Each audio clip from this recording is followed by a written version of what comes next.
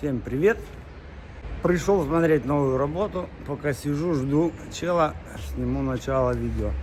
Такой тихой улочки здесь будет, я так понимаю, брекфаст. Отель недалеко от Ватикана. Это метро Чипро. Так что для туристов будет еще одна, хозяину рекламка, а вам многие спрашивают, а где можно недорого будет остановиться. Вот будет как вариант. Так что, наверное, будет новый сериал. Постройка гостиницы или как? Я еще не придумал название. В следующем видео я покажу, как я отремонтировал вот эту крышу. Это уже финальный итог. Вкуснятина. Всех трудоголиков призываю, вылазьте куда-нибудь на речку, на озеро, на воду. Отдыхайте побольше. Ну а я вам покажу пару видео, которые остались с той виллы, как я там уже стильно все заканчивал. Света уже отдохнула и уехала. Так, хорош трындеть, надо идти работать. Чтобы вы понимали, сколько я трачу на этот YouTube. Зачем мне это все надо, думаю. Ну, наверное, по тому принципу, что я живу, что в этот мир надо сначала что-то дать, а там этот мир посмотрит, отблагодарит он тебе чем-то или нет. Ну, или как там. Да что-то знает, как там. Наверное, так правильно жить.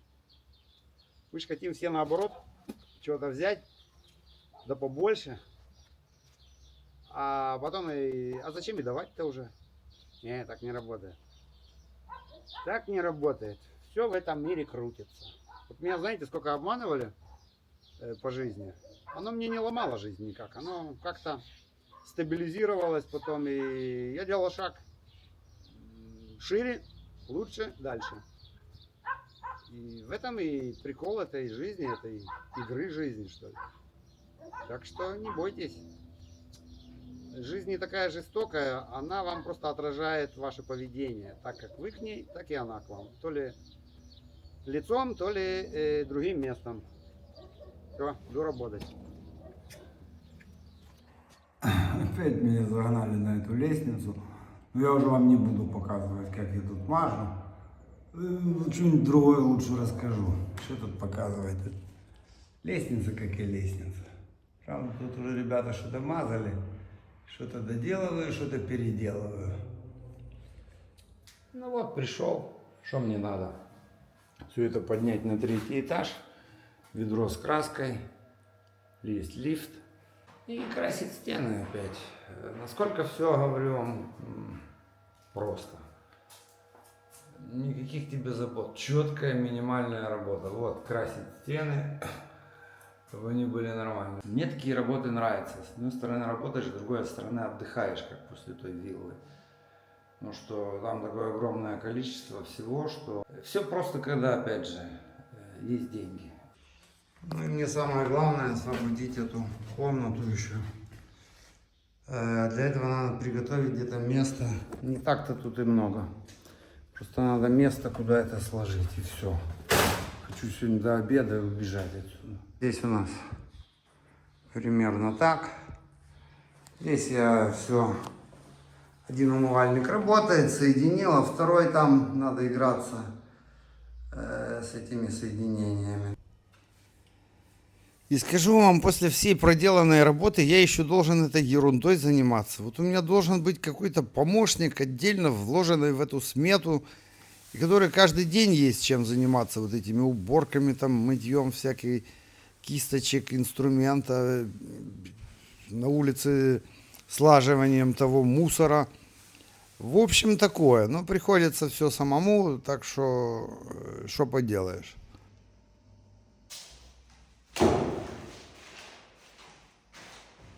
Амарей.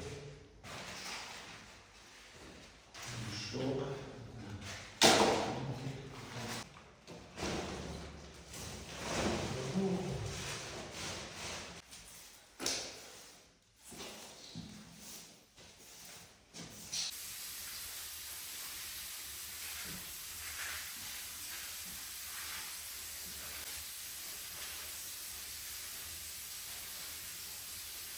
Смывать я это не буду. Все. Так салон отмыл.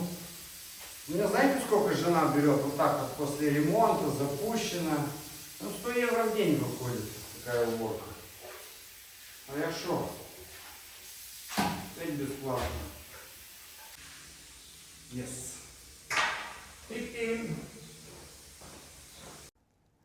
Этот дом довольно большой, даже если бы здесь и не было ремонта, просто убираться в нем там раз в неделю или каждый день, это довольно такое трудоемкое занятие.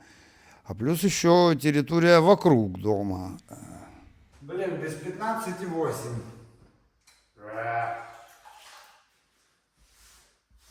Еще полчасика и хорош. Ну, красотень.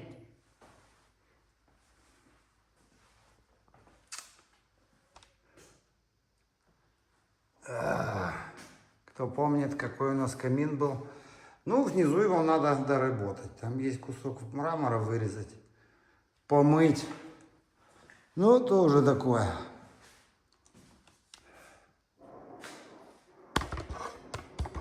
Там еще срач. О, вот это я дал, не? В стране угля. Кстати, эту штуку добавляю, классно. Типа кислоты такой. Евро стоит.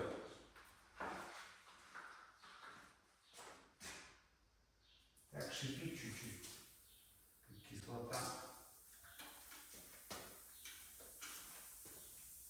А грязь поедает.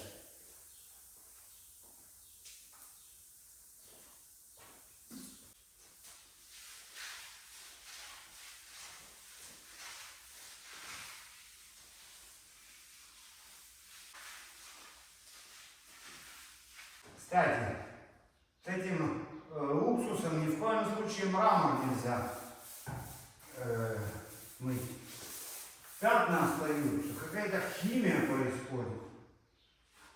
Тут с этими штуками осторожно надо быть.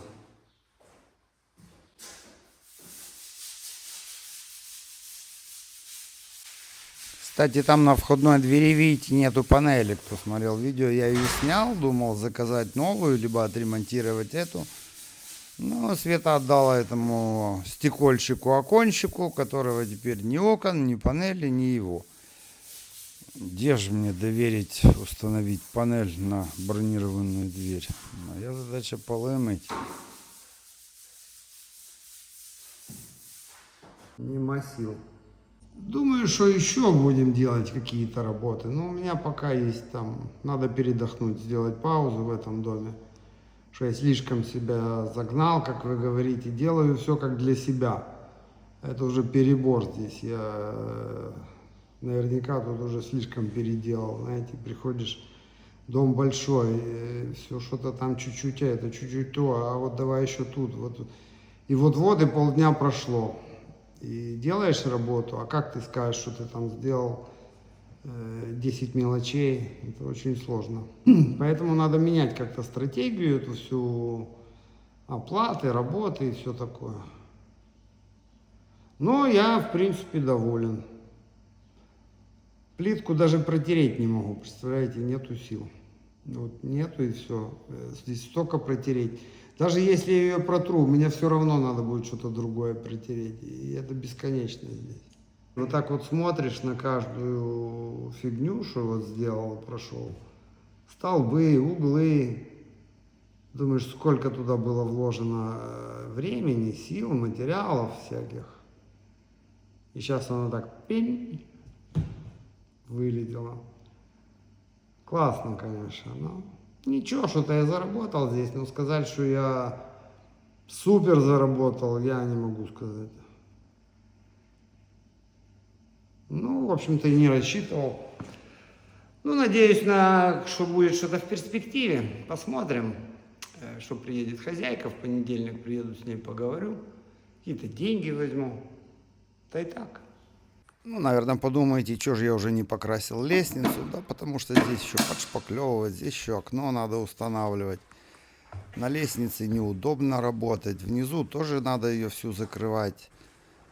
Потом этот заборчик, или как его назвать, надо красить. Здесь вокруг окна тоже полно работы. Здесь попроще, но с лестницей есть кусок работы. Она, в общем-то, готова. Самое основное — углы там и дыры большие. Здесь надо заборчик еще ставить. Уже купили его деревянный. Там тоже, видите, 2 трачи надо закрывать. Там есть нюансы. Внизу тоже есть нюансы. Там, где сняли туалет и биде, унитаз. То есть там слив в душе тоже надо ремонтировать. Здесь двери устанавливать. Коридор красить. Ну, здесь тоже попроще. Тут я замазал черные пятна такие сильные. Ну, здесь тоже непонятно. Надо шпаклевать, надо сетку ставить, надо красить. В общем, совсем неудобно там. В общем, все, что смог, смог. Я думаю, предостаточно. Так, сумочку забрать обратно вниз.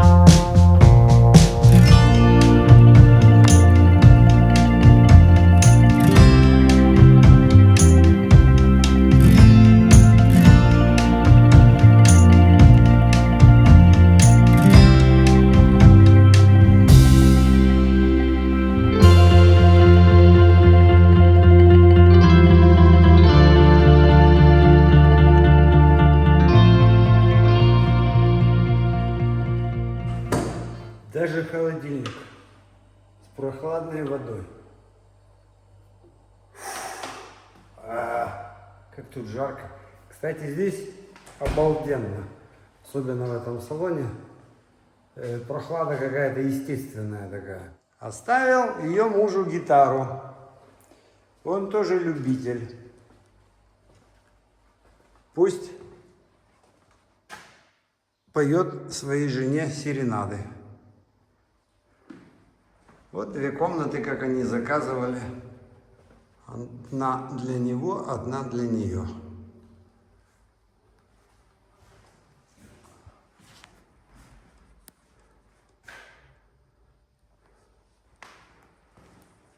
Ой, если бы вы все смотрели с самого начала, что здесь было.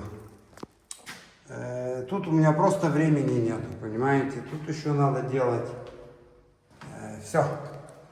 Ванную надо делать, я не знаю, там переделывать кое-что. Зеркало, видите, какое. Ну, тут вообще ничего не делал. Только биде снял.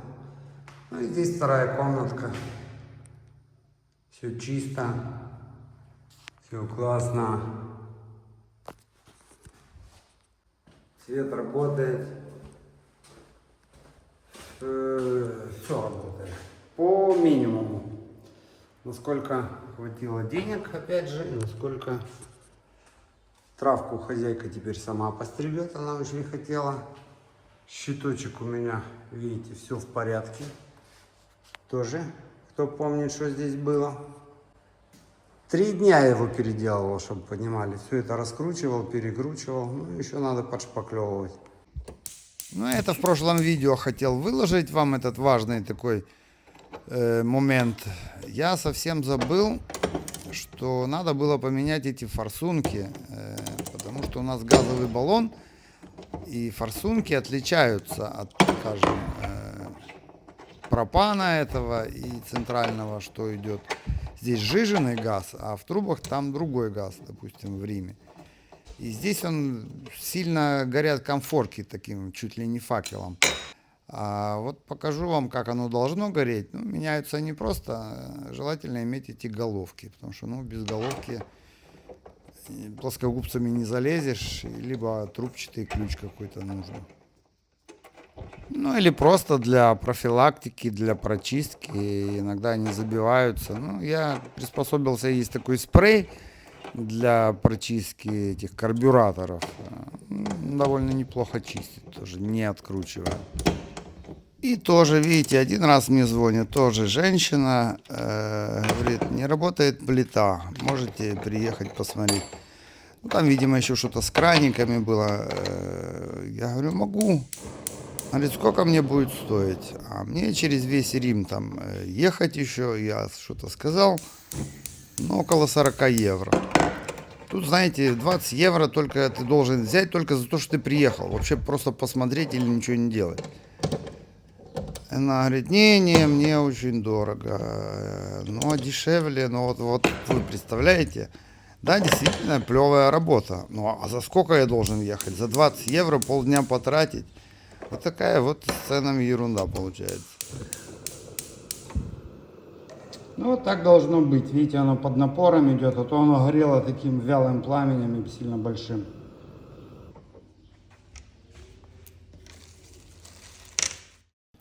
Ну и многие считают, что я там 4 месяца проработал. На самом деле 3, потому что я уходил сюда на эту лестницу один раз, второй раз. Какие-то там еще небольшие были подработки. И я вам скажу, что уже вроде сказал, что я на таких работах отдыхаю, несмотря на то, что это тоже работа. Здесь мне не надо ни за что переживать, ни за деньги, ни за поставку материала, лестниц, инструментов. Вот это я пришел, мне все дали. Я просто с обедом приехал и стал и крашу. Спокойно и супер. Сейчас вообще в Риме проблема с рабочими. Работ очень много. И вот я сегодня, прежде чем взять эту работу, советовался еще с одним тоже парнем, у которого тоже партита Ива, кстати, мой подписчик, он тоже в Риме. Он говорит, Андрей, берешь работу большую, сложную, не можешь найти рабочих. Тебе приходят рабочие, загибают такие цены. Ты ему вроде и даешь неплохо, так он еще и крутит носом, он еще может уйти, скажет, говорит, что я в другом месте нашел дороже. А дают больше, потому что люди так же само берут работы и не могут делать их. И сколько им говорят, столько они и платят. Так что большие работы очень сложно брать. Либо здесь должна быть нормальная, правильная цена, либо нету смысла. Вот так вот у меня очередь уже стоит, иди хоть куда угодно. Но хочется, конечно, заработать, и ответственность-то вроде я и не боюсь. Но тут проблема, надо их залить более-менее. Если там останется черная точка, ничего, а так в основном надо давить. Поэтому снизу промазали, сверху промазали, осторожно на лестнице. Лестница должна быть удобная, проверенная. И прокатали на 2 руки. С палкой всегда удобнее. У вас больше площадь можете захватить. Рукой, ну, если очень тесно. Ну, а так, самый лучший вариант. Вышли все, посмотрели на свои лестницы и пошли красить. Вперед! Обед у меня здесь. Птички поют. Красота. Тишина тоже. И думаешь так, не знаю, иной раз говорю, что мне так на себя не хочется работать. Постоянно в раздумьях, в размышлениях. Так пришел, на кого-то отработал. Сел, поехал домой. Арену хоть синим пламенем. В пятницу закончу, в субботу, когда закончу, тогда закончу. Никто меня тоже не напрягает. Вообще так хочется где-то прогуляться по Риму, плюнуть на это все. Эти заботы так вот заматывают, затягивают тебя. Вроде и без них скучно, а с ними то слишком весело. Просто отдохнуть, знаете, поехать, потратить бабки, я не получу удовольствия, честно вам говорю. Они так долго, тяжело зарабатываются, что, ну, опять же, хочется же квартиру купить, там, ну, может, машину поменять. Всегда нужны деньги на что-то такое серьезное, что невозможно с зарплаты там пойти купить. Как вы мне говорите, о, ты показал холодильник старый. Я даже не задумывался, что он старый, что ему действительно 10 лет. Так время летит. Только мне что, он морозит. Нашли какую-то ржавчину. где-то там на петле.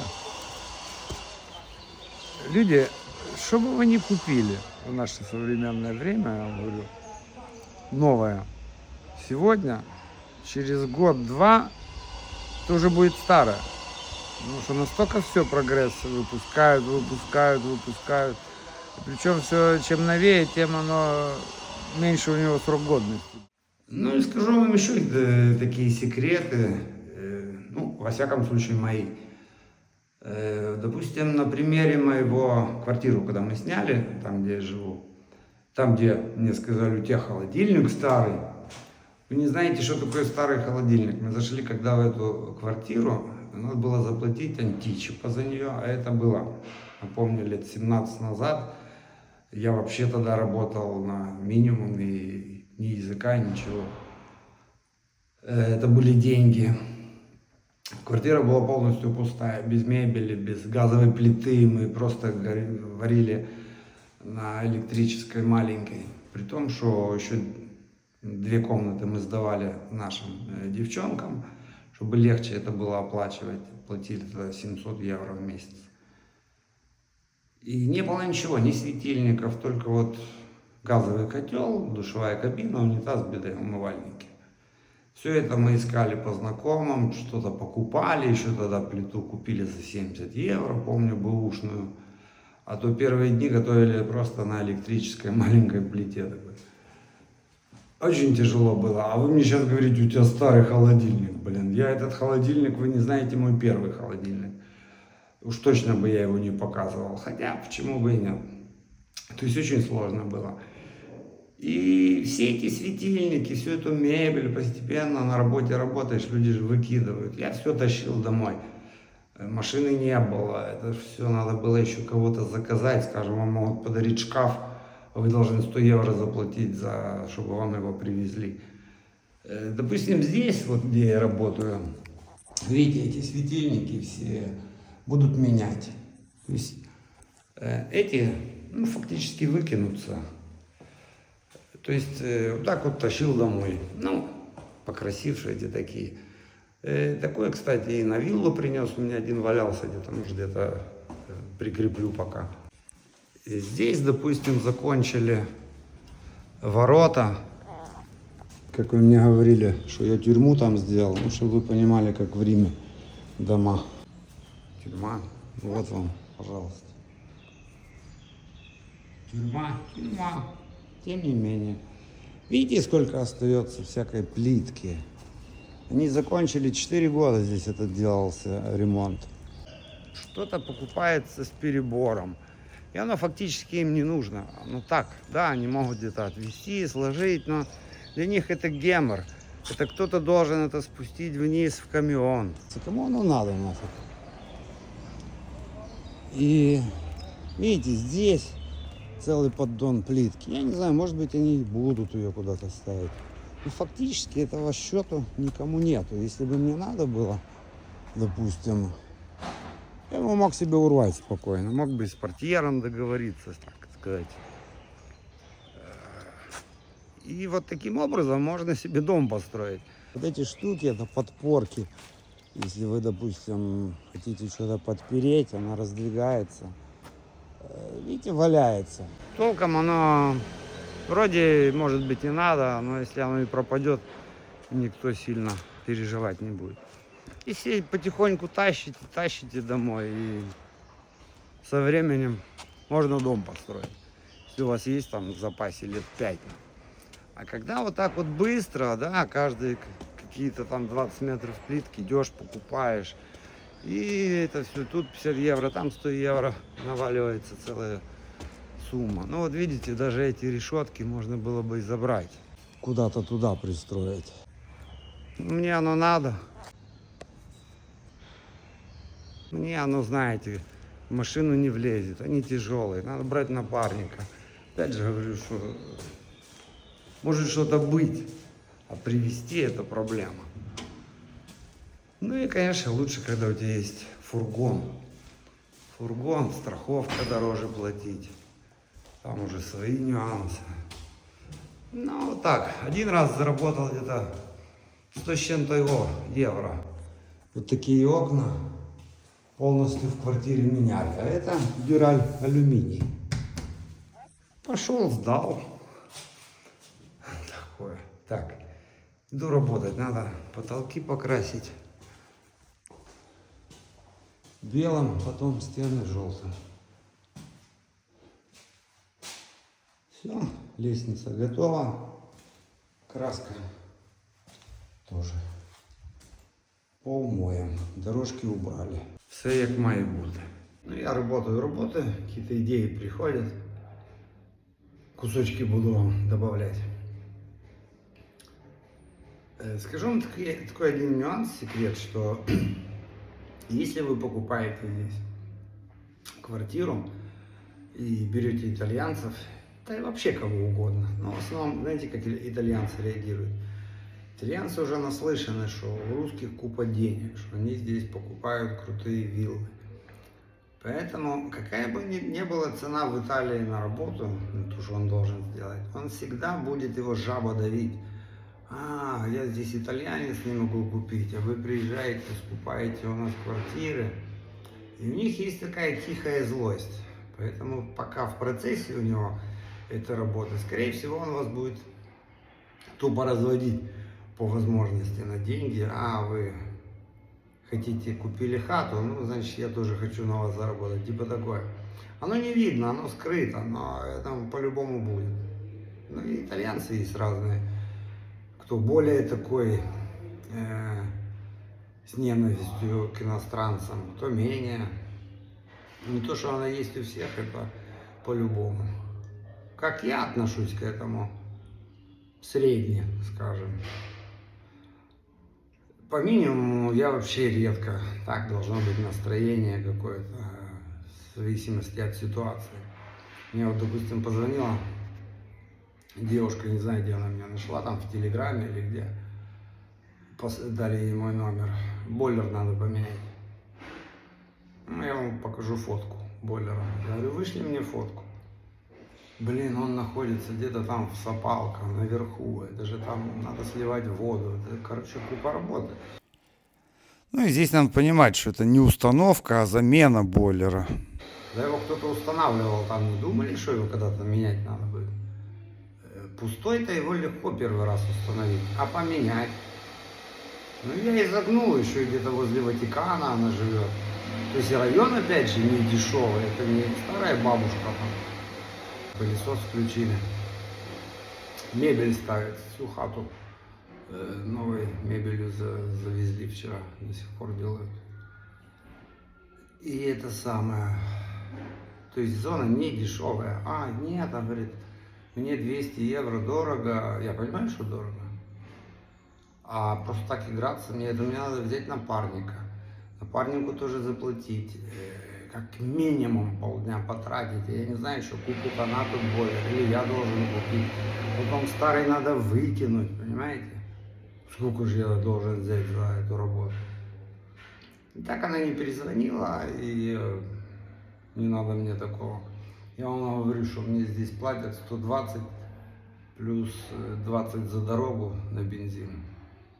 Я мажу налегке. Ну как налегке? Я, знаете, на одном дыхании сделаю кусок работы, передыхаю, видос вам снимаю. Да и хотя бы я ошибки не делаю. Парень здесь у меня рулом прошел, и у него все поотрывало. Много поотрывало. А я иду кисточкой чуть медленнее, зато ничего не рвет. Курю в окошко, покажу вам еще одну фигню. Видите, люди думали, сейчас мы купим вазоны, насадим цветов, у нас тут будет красота. Что у нас тут сейчас? Ну, а также я вам говорю, и эти вазоны можно пойти выпросить. Сказать, ну, все равно, что ты ничего не садишь там. Дай пару вазонов. И вот так вот с миру по нитке можно бесплатно обустроить что угодно. Ну, когда ты двигаешься, когда ты общаешься, двигаешься где-то на разных работах. Погодка наладилась. Птички поют, деревья.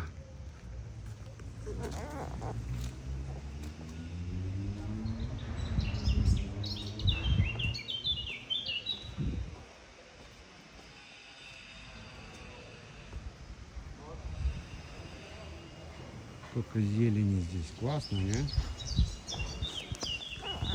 Но все равно мне зона не нравится. Чтобы сюда доехать, это просто капец какой-то. На вертолете надо. Удобно. Я вообще должен был заклеить эти все клеенкой зеркала, доски. Во-первых, клеенки нету. Во-вторых, представляете, сколько бы я потратил время переклеить, потом снять. Ну, вот так вот я стараюсь экономить время. Все. Скажем, только одна капля у меня упала на стену. Так что, блин, еще одна. Вот. Вру. Сейчас вытрем, где у нас тряпочка. То бабушка меня съест. Окей. Все.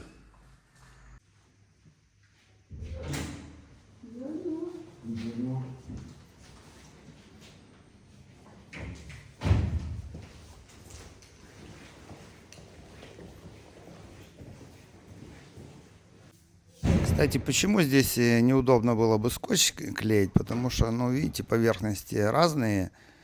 Не факт, что скотч приклеится точно и даст вам гарантию, что не затечет туда капля. Вокруг круглых этих форет тоже скотч не очень-то удобно клеить. Поэтому лучше медленнее, но аккуратно пройти все. Ну и тоже один из секретов, чтобы у вас не летели эти капли сильно. Надо, чтобы кисточка была не полная в краске, а хорошо вымытая и вытрушенная, чтобы она не накопила в себе ни воды, ни самой краски. Ну и краска не должна быть сильно жидкая. Ну и сама кисть должна быть соответственного качества. Нормальная кисть стоит 17, 20, 25 евро. Ну и, конечно же, самое главное не лениться, если что-то капнули, запачкали, тут же берете мокрую тряпку и вытираете тут же, а не ждете завтра, потом уже надо будет все отшкрябывать. Я в шоке от мужика. Такой подходит ко мне этот портьер. Говорит, ты там тоже помоешь? Я говорю, в смысле? Я говорю, я мою, потому что у меня капли капают, а не потому что я тут приборяк пришел. Представляете? Он решил, что я ему сейчас тут уже весь подъезд помою на шару.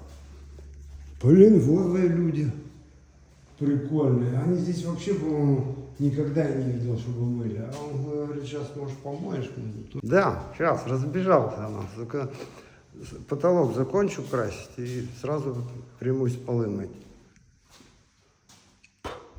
И нету слов. Здесь стою, крашу. Выходит сеньора. Я думал, она пройти хочет.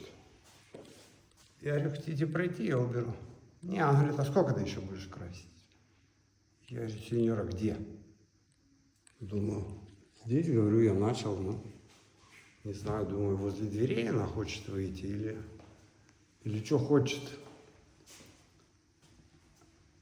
Она на меня смотрит и не знает, что дальше спрашивать. Я говорю, я уже здесь неделю крашу.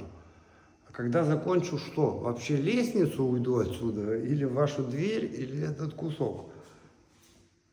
Так, ладно, я дома. Я говорю, окей, поговорили. В общем, такое ощущение, что где-то в дурдоме работаешь, что ли. И так потихоньку крашу. Ну а в следующем видео еще одна подписчица меня позвала отремонтировать ей крышу. Посмотрите сам необычный процесс. Всем спасибо за просмотр. Пока. До следующего видео.